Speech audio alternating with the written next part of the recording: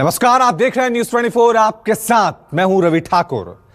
सियासत में बाबूजी होने का मतलब क्या होता है, इसका एहसास कल्याण सिंह की अंतिम विदाई ने कराया। उनके अंतिम दर्शन के लिए पीएम मोदी, रक्षा मंत्री राजनाथ सिंह और सीएम योगी से लेकर पूरी सरकार लखनऊ तक पहुंच गई। उनके सम्मान में 3 दिन के राजकीय शोक का ऐलान कर दिया गया। तो आखिर ऐसा क्या था बाबूजी यानी कल्याण सिंह की शख्सियत में, जिसने उन्हें यूपी की राजनीति में अमिट हस्ताक्षर बना दिया? कैसे और क्यों 2 बार बीजेपी से नाराज होने के बाद भी अंतिम विदाई बीजेपी के ही झंडे में लिपटकर चाहते हुए दिखी?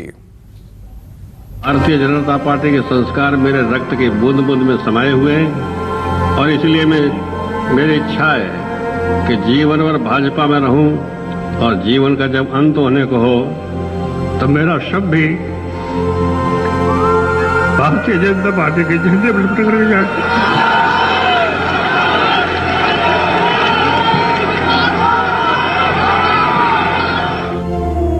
खामोशी से बीजेपी के झंडे में लिपटे बाबूजी यानी कल्याण सिंह हमेशा ऐसे नहीं थे।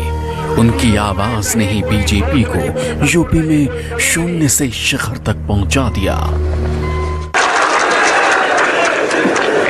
लेकिन चौहान साहब, इस बात को रिकॉर्ड कर लेना कि मैं गोली नहीं चलाऊंगा, गोली नहीं चलाऊंगा, गोली नहीं चलाऊंगा।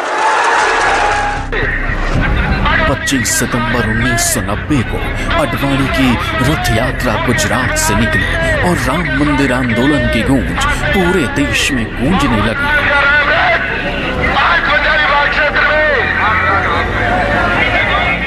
यूपी में राम भक्तों का जोश मुलायम सिंह यादव को रास नहीं आया और उन्होंने 30 अक्टूबर 1990 को कार सेवकों पर गोली चलवा दी। गोली कांड को बीजेपी और कल्याण सिंह ने मुद्दा बनाया और महज 1 साल के अंदर पहली बार बीजेपी की पूर्ण बहुमत की सरकार बना डाली। मैं कल्याण सिंह ईश्वर की शपथ। कल्याण सिंह ने कुर्सी संभालते ही कड़े और बड़े फैसले लेने शुरू कर दिए। नकल अध्यादेश लाकर यूपी में हमेशा के लिए नकल को अपराध कल्याण सिंह की सरकार में ही बनाया गया, जिसका उनको 1993 के चुनाव में खामियाजा भी भुगतना पड़ा। लेकिन 1993 से पहले 6 दिसंबर 1992 भी आया और राम मंदिर आंदोलन के लिए कार सेवकों का उत्साह कल्याण सिंह सरकार पर भारी पड़ा। अंजाम बाबरी मस्जिद विध्वंस, देश में कोहराम मच गया। लेकिन कल्याण सिंह साफ गोई से सामने आए और साफ किया कि वो गोली नहीं चला सकते थे। हालांकि पूरी घटना की उन्होंने जिम्मेदारी लेते हुए सरकार से इस्तीफा दे दिया। किसी रूप में कहीं कोई दोष नहीं, कोई कसूर नहीं, कोई कमी नहीं। सारी जिम्मेदारी मैं अपने ऊपर लेता हूं, स्वीकार करता हूं। किसी कोर्ट में केस चल रहा है तो मेरे खिलाफ चलाओ। किसी कमीशन ऑफ इंक्वायरी के अंदर कोई इंक्वायरी होनी है तो मेरे खिलाफ कराओ। और इसके लिए अगर कहीं कोई दंड ही देना हो तो किसी को न देकर के मुझे दो।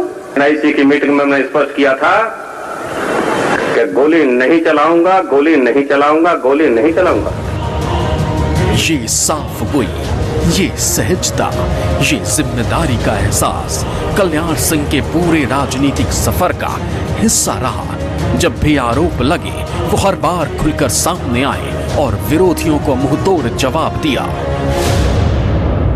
हम ये कह सकते हैं कि मुसलमानों को हमारे बारे में हमारे ट्रैक रिकॉर्ड को देख करके धारणा बनानी चाहिए और हमारा ट्रैक रिकॉर्ड ये कहता है कि हमारे शासनकाल में ये कभी किसी के साथ भेदभाव नहीं किया गया कि ये हिंदू है या ये मुसलमान है। सुरक्षा की गारंटी सभी को दी गई। आज पूरे देश के अंदर कोई सच्चा हितैषी हो सकता है मुसलमान का तो भाजपा है। बाकी की पार्टियां मुसलमानों को वोट बैंक मान करके उनका शोषण करती हैं। उनकी जिंदगी से जुड़े सवालों को हल करने की किसी को चिंता नहीं। बाबरी विध्वंस कांड के बाद कल्याण सिंह का कद यूपी की सियासत में दिनों दिन बढ़ता गया।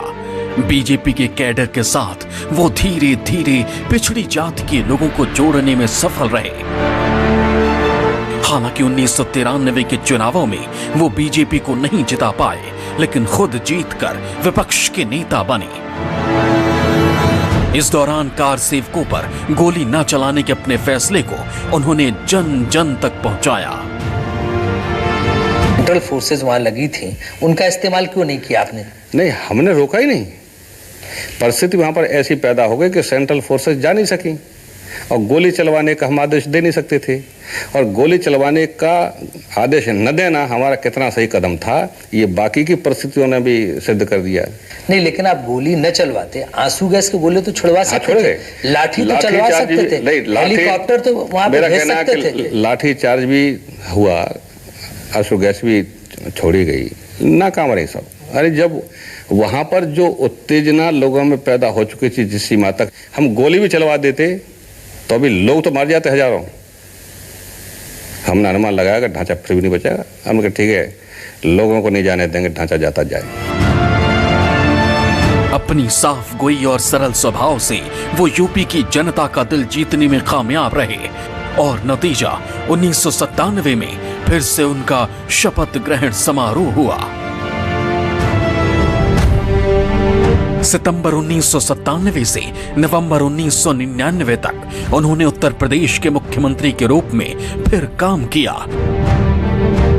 इस दौरान उनकी सरकार ने जोर देकर कहा कि सभी प्राथमिक कक्षाओं को भारत माता की पूजा के साथ दिन की शुरुआत करनी चाहिए, और वंदे मातरम को रोल कॉल के दौरान यस्सर की जगह लेनी चाहिए। इस दौरान उन्होंने राम जन्मभूमि आंदोलन से जुड़े लोगों के खिलाफ सभी मामले वापस ले लिए, और अयोध्या में विवादित स्थल पर राम मंदिर निर्माण का दावा भी करते रहे। यानी अपनी कट्टर हिंदू छवि से वो कभी पीछे नहीं हटे।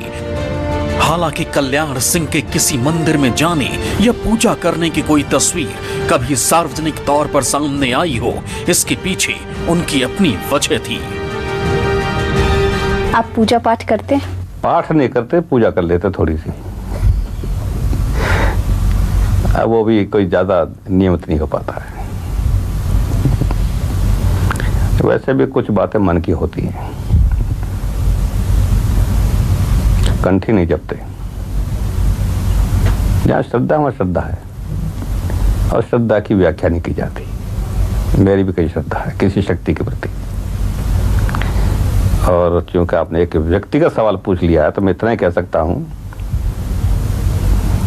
कि नाम नहीं दे सकता, परंतु है कोई अज्ञात शक्ति जो हर आड़े वक्त पर मेरा साथ देती है, संरक्षण करती है। बीजेपी के साथ सुनहरे सफर के बाद अब खटास की बारी थी। भारतीय जनता पार्टी के साथ मतभेदों के कारण उन्होंने पार्टी छोड़ दी और 1999 में राष्ट्रीय क्रांति पार्टी का गठन किया। 2004 में पूर्व प्रधानमंत्री अटल बिहारी वाजपेयी के अनुरोध पर वो फिर से भाजपा में शामिल हो गए और अपनी पार्टी का विलय कर दिया, और उसी साल उन्होंने बुलंदशहर से बीजेपी के टिकट पर लोकसभा चुनाव लड़ा। उनका जुझारू स्वभाव और हार न मानने की जिद उनको बाकी नेताओं से अलग खड़ा करती थी। इस तरीके के संगीत को आप सुनते हैं? संगीत तो कोई भी, खास तौर से संगीत में भी गानों की तुलना में ऑर्केस्ट्रा मुझे बहुत पसंद है, जिसमें ध्वनि निकलती है, ध्वनि, अच्छी ध्वनि। और जो ध्वनि है ना, ये अनेक जो साज के बाजे होते हैं उन सब से मिलकर के जो ध्वनि निकलती है वो बहुत अच्छी होती है। यही प्रणाली हमारे काम करने की भी है। आप अपनी हर चीज को काम पर क्यों ले आते हैं? आपका जो पर्सनल, आपकी जो हॉबी भी है, उसको भी आप काम पर लेके आ रहे हैं? नहीं, क्यों कि मेरे लिए वर्क इज वर्शिप। काम तो एक पूजा है। कोई करे तो बहुत आत्मिक सुख और शांति मिल सकती है। लेकिन इस बार भी बीजेपी का साथ ज्यादा दिन नहीं चला। साल 2009 में कल्याण सिंह एक बार फिर बीजेपी से नाराज होकर पार्टी से बाहर हो गए और समाजवादी पार्टी से नजदीकी बढ़ाई। तर्क दिया बीजेपी में उनका अपमान हो रहा था। मेरे साथ बड़ा अपमानजनक व्यवहार हो रहा है कि भाजपा में लौटना मेरी राजनीतिक भूल थी। हालांकि मुलायम सिंह यादव से गलबहियां कर वो एटा लोकसभा से निर्दलीय चुनाव जीत गए, लेकिन कल्याण सिंह को पास लाकर मुलायम को गलती का एहसास हुआ और उन्होंने कल्याण सिंह से दूरी बना ली। साल 2010 में अपने 77वें जन्मदिन यानी 5 जनवरी को कल्याण सिंह ने जन क्रांति पार्टी नाम से एक नई पार्टी बनाने की घोषणा की और अपने बेटे राजवीर सिंह को पार्टी का अध्यक्ष बनाया। सावधान करता जवान को कहता बात किसानों से, सावधान करता जवान को कहता बात किसानों से, देश की खुशहाली का रास्ता गांव गली गलियारों से। तो किसान का गांव का चित्रण करते हुए कुछ पंक्तियां ध्यान में आ रही हैं कि फूटे घेर घरौंदे तेरे, टूटी तेरी कुटिया रे,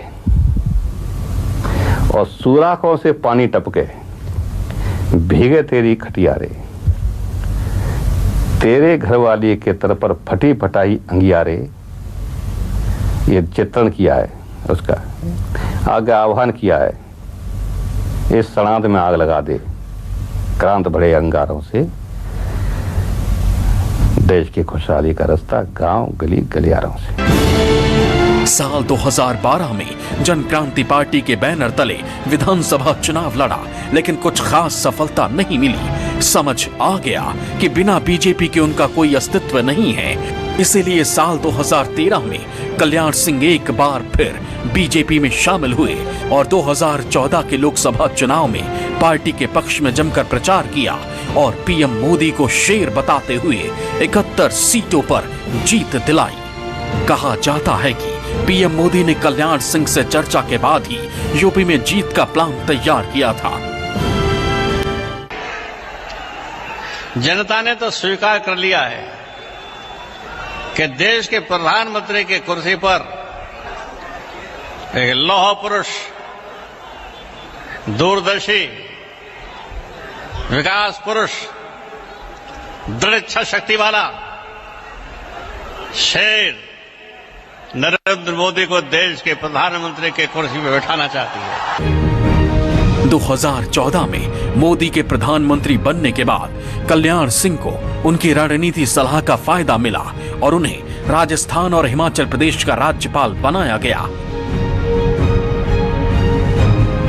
अंतिम समय में बीजेपी से कल्याण सिंह का प्यार इस कदर बढ़ चुका था कि राज्यपाल पद से हटने के बाद भी उन्होंने वापस बीजेपी की सदस्यता ली और बीजेपी की राजनीति करते रहे।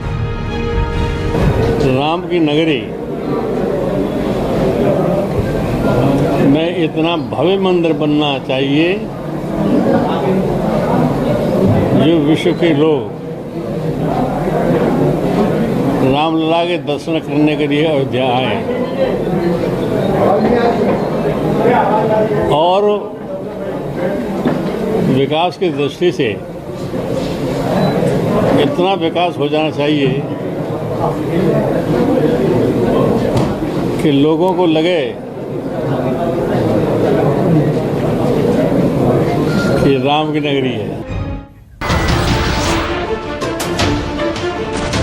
नमस्कार, मैं हूं मानक गुप्ता।